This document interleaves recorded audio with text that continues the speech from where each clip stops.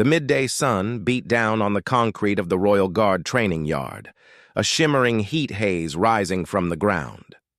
For the men of the King's elite guard, this was a routine drill, a chance to hone the ceremonial skills that were their primary duty. Their uniforms were pristine, their boots gleaming, and their focus, for the most part, was on the precision of their movements rather than the lethality of their aim. In the heart of this immaculate display stood a man who was, in every sense, an anomaly. His name was Marcus Thorne. He was the newest and, to the other guards, the most baffling addition to their ranks. Where they were young, often fresh from prestigious military academies or with family legacies of service, Marcus was older, his face etched with lines that spoke of sun, wind, and things best left unspoken. He wore the same immaculate uniform, but it seemed to sit awkwardly on his broad, powerful frame, as if he were more accustomed to the rough, a utilitarian fabric of combat gear. He was quiet, almost to the point of being a ghost, offering only polite nods and short, measured replies to any overtures of friendship. This quietude was not mistaken for humility by his new colleagues. It was mistaken for inadequacy. Sergeant Major Alistair Finch, a man whose voice could strip paint and whose pride in the guard was absolute, was overseeing the exercise. He watched Marcus with a particular hawk-like disdain. He'd seen the man's file, or rather the lack of it. It was a sparse document mentioning only basic training and a transfer from a nondescript Army logistics unit. To Finch, this was an insult to the Guard. They were the best of the best, the human shield of the royal family. They didn't take logistics clerks. "All right, you miserable lot," Finch bellowed, his voice echoing off the high walls. "Today, we see if you can actually hit a stationary target, something I pray you never have to do in earnest. But a guard's rifle is an extension of his will. You will be precise. You will be perfect. Understood?" A chorus of, "Sir, yes, sir," rang out. Marcus's response was a beat behind the others, a quiet murmur lost in the noise. This did not escape Finch's notice. He smirked. The targets were standard human-shaped silhouettes positioned 50 meters away. For the guard, this was a comfortable, almost insultingly easy distance. Their drills emphasized grouping shots in the center mass, is a display of control. One by one, the guards stepped up to the firing line, their L-85A2 rifles held with practiced ease. The air crackled with the sharp reports of gunfire. Corporal Evans, a young man with a chest full of shooting medals from the academy, placed 5 rounds in a hole the size of a playing card. A ripple of appreciative murmurs went through the onlookers. Lieutenant Davies, a tall, arrogant man who saw Marcus as a personal embarrassment to his platoon, drilled his shots with mechanical precision, each one a perfect center hit. He stepped back, a smug smile playing on his lips, and shot a pointed glance at Marcus, who was waiting his turn in stoic silence. Finally, it was Marcus's turn. A hush fell over the yard, not of anticipation, but of barely concealed amusement. The whispers started. "Watch this," someone hissed. "Old Marcus is up. Hope he remembers which end the bullet comes out of." Marcus walked to the firing point. And he didn't have the swagger of the others. His movements were economical, almost lazy. He picked up the rifle, not as a prized possession, but as a familiar tool, like a carpenter picks up a hammer. He checked the weapon, but his movements were so fast and fluid they were almost imperceptible. It wasn't the slow, deliberate check taught in guard manuals.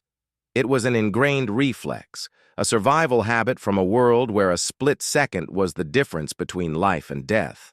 Sergeant Major Finch stood behind him, arms crossed, a sarcastic smile on his face.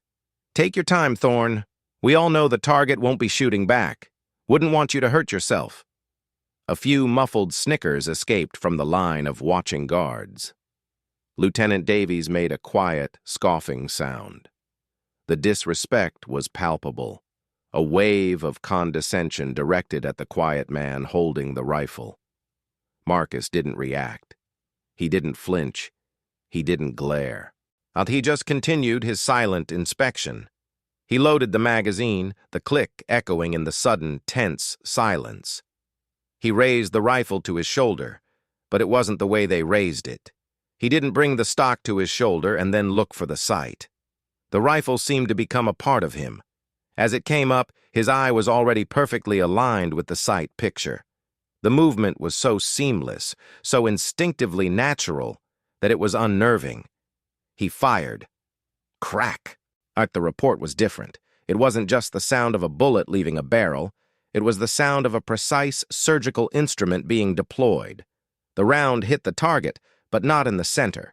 It struck the target squarely in the head, a perfect shot where the silhouette's temple would be. A confused silence fell. A headshot at 50 meters. That wasn't part of the drill. It was showmanship, unnecessary and, to their minds, foolish. Before anyone could comment, Marcus fired again. Crack! And this round hit the target in the right shoulder, exactly where the clavicle meets the joint. Crack! The left shoulder. Crack! The right hip joint. Crack! The left hip joint. 5 shots. 5 impacts. The laughter had died in their throats. The smirks had frozen on their faces. They stared not at the center mass of the target, but at a pattern of shots that was devastatingly precise. He hadn't just shot the target, he had dismantled it. He had drawn a gruesome blueprint of a kill, a sequence of shots designed not just to stop a target, but to completely and irrevocably shatter its ability to function. It was a pattern of neutralization, taught not in ceremonial guard units, but in the unforgiving classrooms of Special Forces snipers who are trained to end threats with the least amount of risk, by any means necessary. The silence in the yard was absolute. It was a heavy, suffocating silence, filled only with the distant chirping of birds and the faint scent of cordite in the hot air. Sergeant Major Finch's arms had fallen to his sides. His face, moments ago a mask of smug condescension, was now pale, his jaw slack. He stared at the target, then at Marcus, then back at the target, trying to process what he had just witnessed. It defied everything he understood about marksmanship. It wasn't a grouping. It was a statement. Lieutenant Davies, his own recent perfect score now feeling pathetically juvenile, took an involuntary step back. The smugness was gone, replaced by a dawning, horrifying realization that the man he had been mocking was operating on a level he couldn't even comprehend. Marcus lowered the rifle. He placed it back on the mat with the same quiet, deliberate care with which he had picked it up. He didn't look at the stunned faces around him. He didn't offer an explanation or a triumphant smirk. He simply stood there, waiting for the next order, as if he had just performed the most mundane of tasks. To him, in a way, he had.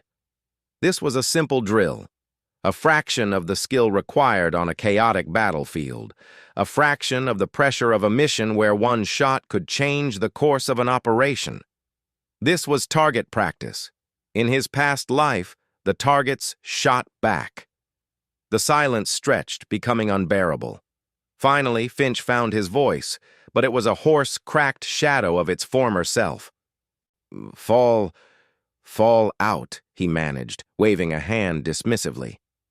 The guards dispersed, but they walked in a daze, their eyes constantly darting back to the solitary figure of Marcus Thorne. The whispers had started again, but their tone had changed completely. Now, they were filled with awe, confusion, and a healthy dose of fear. Who was this man? What was he? Later that day, Lieutenant Davies, his pride stung and his curiosity burning, did something he had never done before. He went to the adjutant's office and pulled Marcus's personnel file. It was thin, as Finch had said. Basic training, logistics unit, honorable discharge, transfer to the Guard Reserve, then full-time Guard. It was too clean, too simple. Davies knew that military records, especially for someone with shooting skills like that, were never this uncomplicated. He had a friend, a captain in the Military Intelligence Corps, who owed him a favor. He made a discreet phone call. "Oh, I need you to run a name for me. Deep dive. Marcus Thorne. It's unofficial." A day later, the captain called him back. His voice was different, lower, more serious. "Alistair," he said, using Davies's first name, a breach of protocol that instantly signaled the gravity of the situation. "Where did you get this name?" "He's a new transfer in my platoon." "Why? What did you find?" There was a long pause on the other end of the line. "I'm going to tell you this. And then you're going to forget I ever told you. Understood? This conversation never happened." Davies's blood ran cold. "Understood." The captain took a deep breath. "Marcus Thorne doesn't exist, at least not officially. The man you have in your platoon, his real name was redacted from every database I could access, but the trail, the crumbs he left behind, he was one of the best. For 12 years, he was assigned to the Special Air Service, the SAS. He was a sniper, Alistair. Not just any sniper. He was on an anti-terrorism team. His operational record is a ghost story. I saw after-action reports with no names, just designations, locations that are still classified, confirmed kills that would make you sick. He's been in places you've only read about, doing things you can't imagine. He was decommissioned. Quietly. A few years back. The official story is medical. Unofficially, the man had simply given enough. Too many missions, too much weight. They gave him a new identity, a clean slate, and pushed him towards a quiet life. The Guard was supposed to be that quiet life, a place where a man with his talents could stand a post and be anonymous. Davies listened, his hand gripping the phone so tightly his knuckles were white. The pieces fell into place with sickening clarity. The quiet, the economy of movement, the terrifying surgical precision of his shooting. He wasn't a washed-up logistics clerk. He was a ghost, a weapon. A man who had looked at human beings through a scope from hundreds of meters away and had the weight of those decisions etched into every line on his face. The laughter in the training yard echoed in his memory, now sounding like the cackling of fools in a cathedral. When Davies next saw Marcus in the barracks, he couldn't meet his eye. The other guards, sensing the shift in their lieutenant, also gave Marcus a wide berth. Marcus, for his part, seemed to prefer it. He remained the quiet, a solitary figure, but the air around him had changed. It was no longer an air of insignificance, but one of profound, unspoken depth.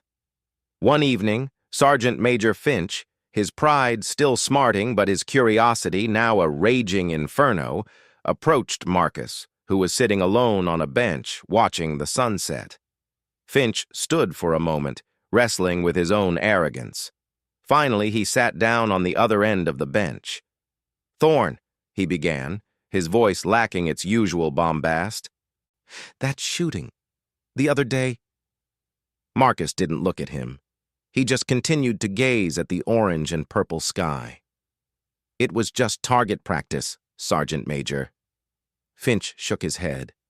"No, it wasn't. I've been shooting for 30 years. I've trained with the best marksmen in the British Army. I've never seen anything like that. That wasn't a grouping. That was a choreography of death." He paused, the word feeling both dramatic and perfectly accurate. "Who were you, Thorne, before you came here?" The silence between them stretched for a long moment. The wind rustled the leaves of a nearby tree. Marcus finally turned his head, his gray eyes meeting Finch's. There was no anger in them, no pride, just a deep, ancient weariness. "No one," Marcus said, his voice quiet but firm. "I was no one, and that's who I need to be now." He stood up, gave Finch a slight, respectful nod, and walked away, disappearing into the lengthening shadows of the barracks. And Finch sat there for a long time, alone with the weight of that simple, profound statement. He understood then. The man wasn't being mysterious or aloof. He was protecting himself and everyone around him from the ghost he used to be. The past was a country he had left, and he had no desire to return. The royal guard had laughed at him, judged him as less, but in their midst they now had a silent sentinel, a man whose very presence was a secret fortress.